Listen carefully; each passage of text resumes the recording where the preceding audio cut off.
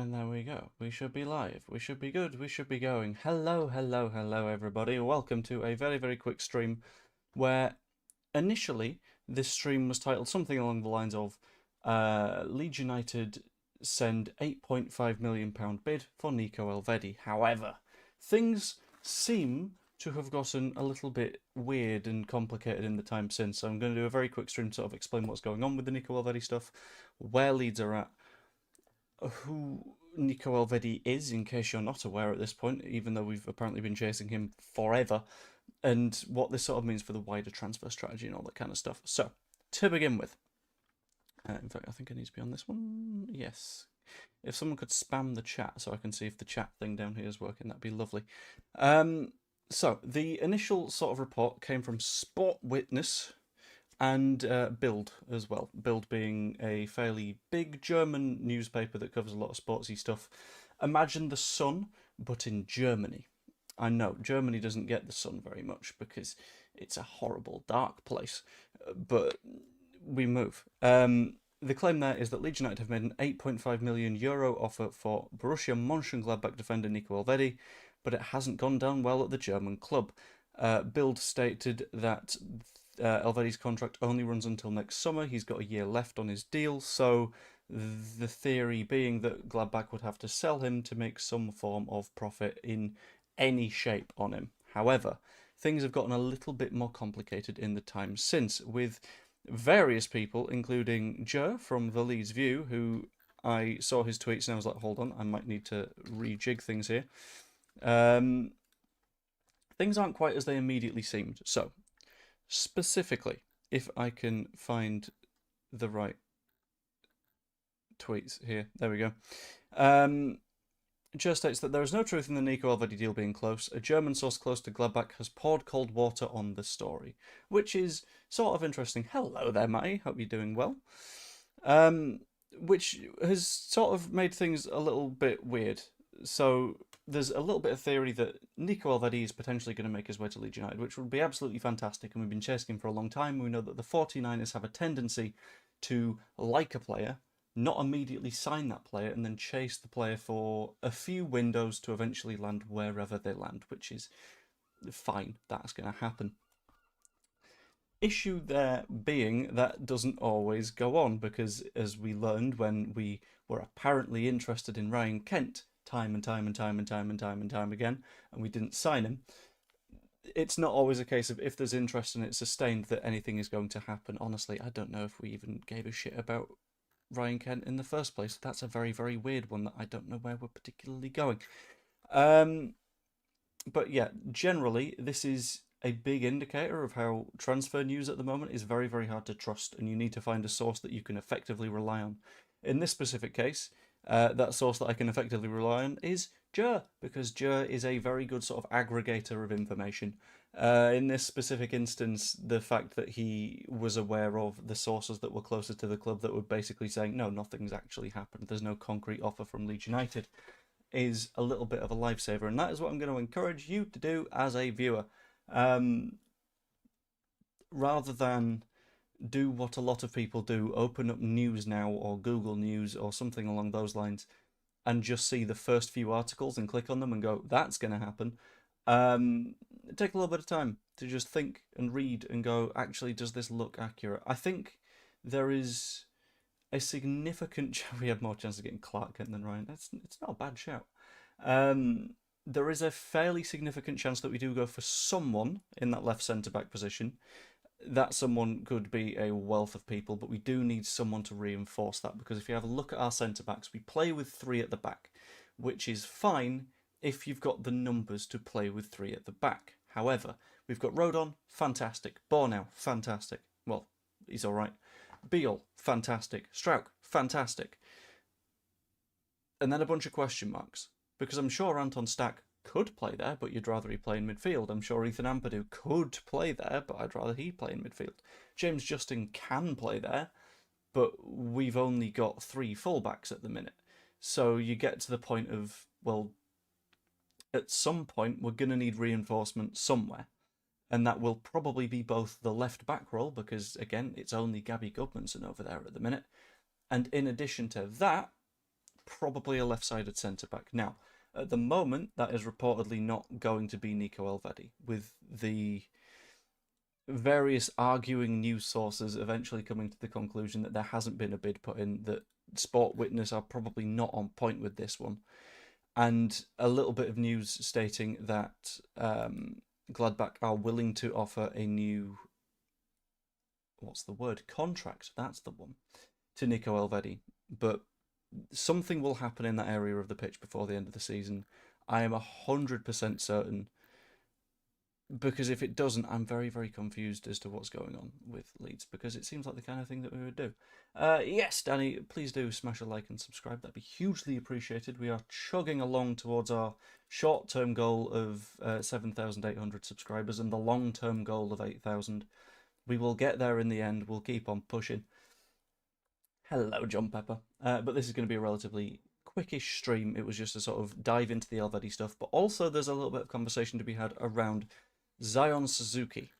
Now, Zion Suzuki is a goalkeeper, and Leeds are now being increasingly linked with more and more and more goalkeepers.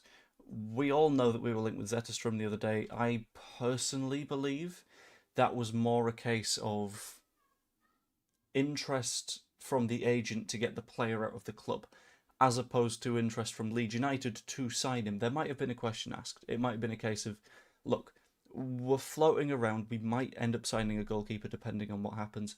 Personally, I don't have a problem at all with our backline pairing being Darlow and Perry. I think Perry is a perfectly good goalkeeper.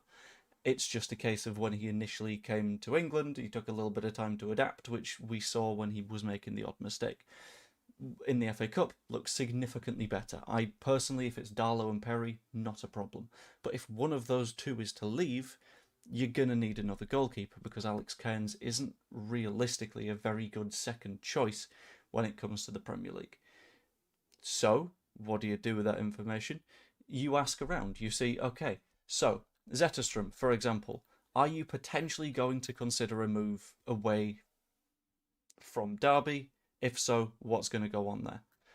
In addition to that, there's the little conversation around Zion Suzuki. If I can find him, where is he hiding? There he is.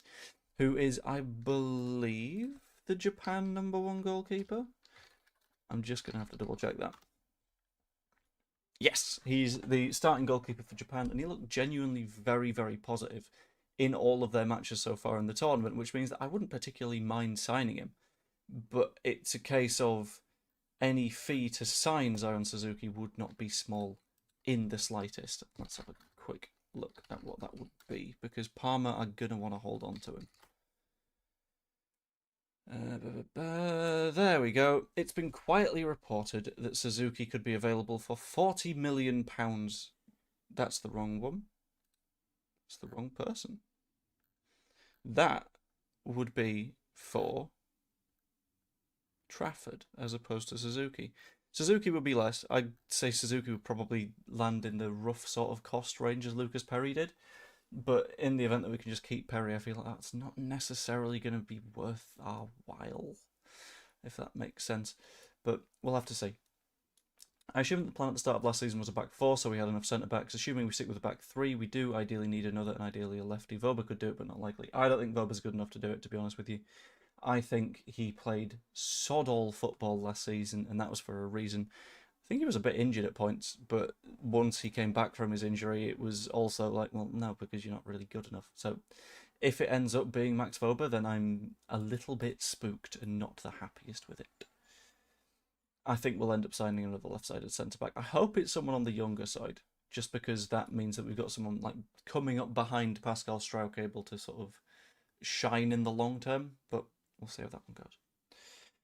Perry will have to accept he's not first choice because Darlow's our #1. At the moment, yes, but there is the question around, because there's discussion around the fact that Darlow is going to sign another 2-year contract, but that's not guaranteed. It's not done until it is signed, and I think the club will continue looking around in order to keep options open, because there's no world in which any position on the pitch for Leeds United, there isn't a list of people where it's like, if we need someone, we'll do this. Hello there, Sean. How you doing?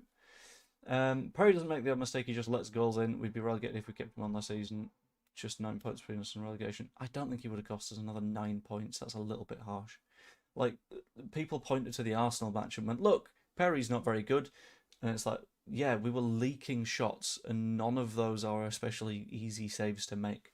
So, I don't know. I think people have a tendency to be incredibly harsh to goalkeepers. I do say this from a position of bias as a goalkeeper, so stop being dicks to goalkeepers. Honestly, it hurts, man. But it's complicated, I think. Hope the Julian Brandt deal gets done. I also hope that, but it's one that's gone a little bit quiet, so it's always hard to say what's going on with there. I would prefer Trafford, but it's a case of it's going to cost an absolute bomb to sign him, and I'm not convinced he'd want to come here permanently. I think it'd be a case of if he goes somewhere right now, it would be on a loan, and I'm not. When it comes to goalkeepers, I'm not that big of a fan of your starting goalkeeper being a loanee because they're such a key part of your build-up play, and that means that going into the next season, sure, this season might be fine. If you don't keep that goalkeeper, you've got to do the recruitment job all over again. So it feels like it's just sort of making things difficult and difficult and difficult. A loan with an option to buy would be good, but you've also got the issue of that's not necessarily viable. That's not necessarily something that Man City go, yeah, go for it. Because in that instance, they're giving away their second choice goalkeeper for a season without the guarantee that they get a significant lump of money at the end of it, which is at the end of the day what you'd kind of do that for. So it's a little bit of a complicated one. I would like Trafford, I just don't particularly think Trafford is going to be a viable signing, to be honest. And he can't play against his parent club, that's a point. So regardless, you've got second choice goalkeeper playing against Manchester City, which no one's going to really want to happen. That is a very, very big issue, I would say. Beyond that, what other news stories have we got? There's a little bit of discussion around Longstaff with him leaving his agent. That one I might get into in a video for the morning. Rushworth, I think, would also be good, but if Rushworth is going to move anywhere permanently, it's going to be Coventry right now. Fact is, he took him up, which means that he's going to be very much happy with going back to Coventry. But at the same time, Brighton are probably going to want to keep him. So I don't really think Rushworth is the most realistic of signings, which is a bit of a shame because he's a very good goalkeeper. But he's not a goalkeeper that is going to be in our sights, I believe. I say it's a bit of a shame. Like, it doesn't particularly matter either way. Like, I think the gap between elite goalkeepers is so much slimmer than the gap between any other position and the elite players in those positions, because most of the time, if you can save a shot, you can save a shot. There are going to be so many goalkeepers in so many different clubs that are better than the reputation that their club will give them. Like, you'll have really good goalkeepers hanging out in League One. Issue is, they're in League One. You've got shit defenders in front of you. You're going to concede a bunch of goals, but 90% of the time, that's going to be on your defence, not you. Newbell would be a very, very good one as well. I agree. Let's have a quick look. Alexander Newbell. Is he even definitely looking for a move?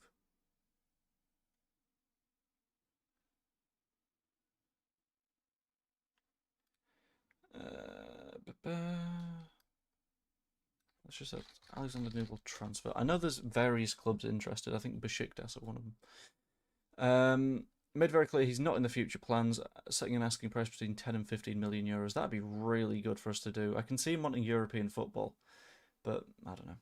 Still think Kelleher could have been got last summer. We missed the boat on him. It's a weird one. I think Kelleher, the issue there wasn't with us. I think the issue was with the fact that Kelleher will have wanted solid Premier League football, and at that point we weren't able to provide it because we weren't stuck. We weren't a definite Premier League side at that point. There was a chance we could go down again, and at that point he's just like, well, I don't want to play in the Championship. So that's, in my opinion, why he probably chose Brentford over Leeds, which I understand from his perspective. It's annoying from ours, but it would have been nice to have done. Farke wanted Newbell last season. I did see something like that. The fact that the club wanted one player, Farke wanted another. I didn't know the names of those players until this point, but Newbell would make a bit of sense. And they ended up compromising on Perry because he was going cheap.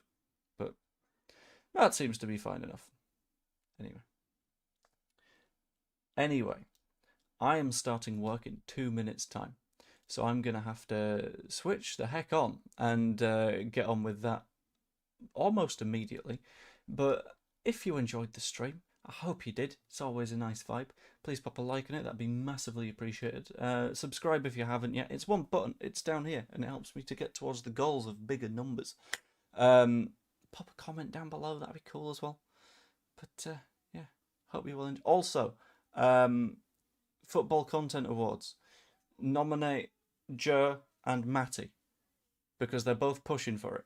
I had a moment of thinking, oh, do I give this a go? And then I was like, no, because in the last year I've had massive gaps in doing things. So, yeah, but support the various Leeds representatives, and hopefully we can all go to a nice awards night again. That'll be lovely. Anyway, Noah Echebolu is a player that I definitely want. I've just seen his name pop up, but yes, I would love that. Anyway, I have to go.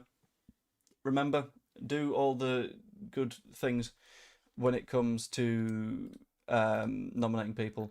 I'm going to leave that there. Hope you all enjoyed, and I will see you all later. Toodaloo. And where is my ending button? I don't know.